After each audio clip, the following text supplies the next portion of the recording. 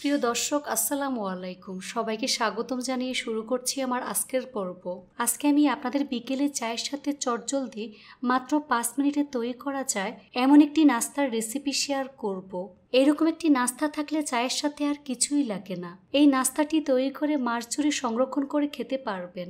আশা করছি আমার আজকের এই রেসিপিটি পরিবারের ছোট থেকে বড় সবাই ভীষণ পছন্দ করবে আর মজা করে খেয়ে নেবে। তো চলুন রেসিপিটি দেখে নিচ্ছি। প্রথম একটি মিক্সিং বোলে একটি ডিম ভেঙে দিয়ে দিচ্ছে। দিয়ে দেব স্বাদ অনুযায়ী লবণ, দিয়ে দেব হাফ কাপ পরিমাণ চিনি।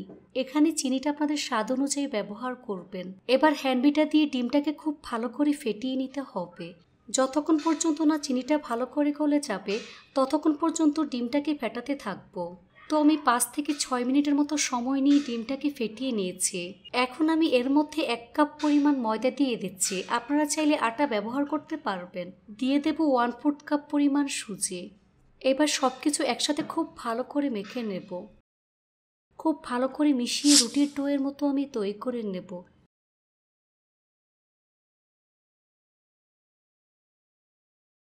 ডোটা একটু নরম হওয়ায় এর মধ্যে আরও 1/4 কাপ পরিমাণ ময়দা অ্যাড করে দিচ্ছি। তারপর খুব ভালো করে মেখে ডোয়ের মতো তৈরি করে নেব।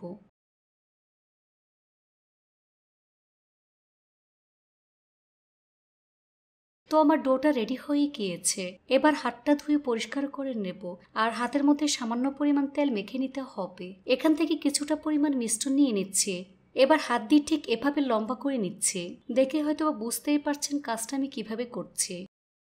দেখুন ঠিক এরকম লম্বা করে নিয়েছে। এবার মাঝ বরাবর কেটে 2 ভাগ করে নেব। দুটি অংশকে ঠিক এভাবে সমান করে রাখবো। তারপর ছুরি দিয়ে ছোট ছোট করে কেটে নেব। চেষ্টা করবেন সবগুলোকে একই সাইজ করে কেটে নিতে, এতে করে দেখতে সুন্দর লাগবে।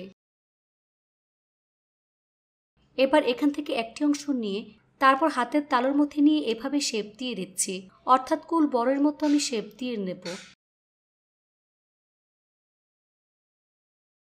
এভাবে সবগুলো আমি তৈরি করে নেব।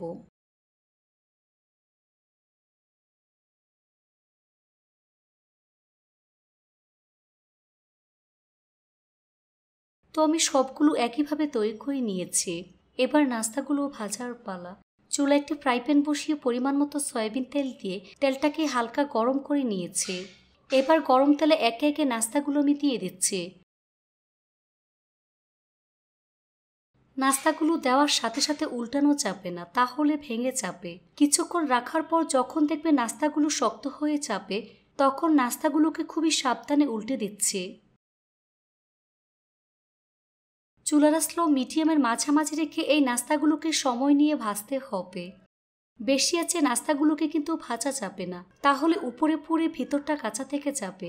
তাই কম আঁচে সময় নিয়ে ভাজতে হবে। এভাবে কিছুক্ষণ পরপর উল্টে পাল্টে গোল্ডেন ব্রাউন কালার এবং ক্রিস্পি করে ভেজে নিতে হবে।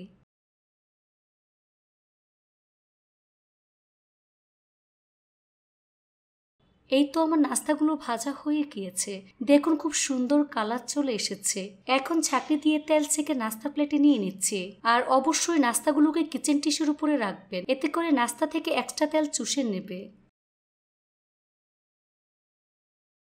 তো সবগুলো নাস্তা আমি একইভাবে ভেজে নিয়েছি। দেখুন নাস্তাগুলো দেখতে মাশাআল্লাহ কতটা সুন্দর এবং কতটা লোভনীয় হয়েছে। খেতে কিন্তু অনেক বেশি মজার হয়েছে। নাস্তাগুলোকে ভালো করে ঠান্ডা করে একটি এয়ারটাইট বক্সে রেখে দিবেন। এয়ারটাইট বক্সে 1 মাস পর্যন্ত রেখে খেতে পারবেন। বিকেলে চায়ের সাথে এই নাস্তাটি খেতে অসাধারণ লাগে। আশা করছি আমার আজকের রেসিপি সবার কাছে ভীষণ ভালো লেগেছে। রেসিপিটি ভালো লাগলে অবশ্যই একটি লাইক দিয়ে দিবেন। সবাই অনেক বেশি ভালো থাকবেন। আল্লাহ হাফেজ।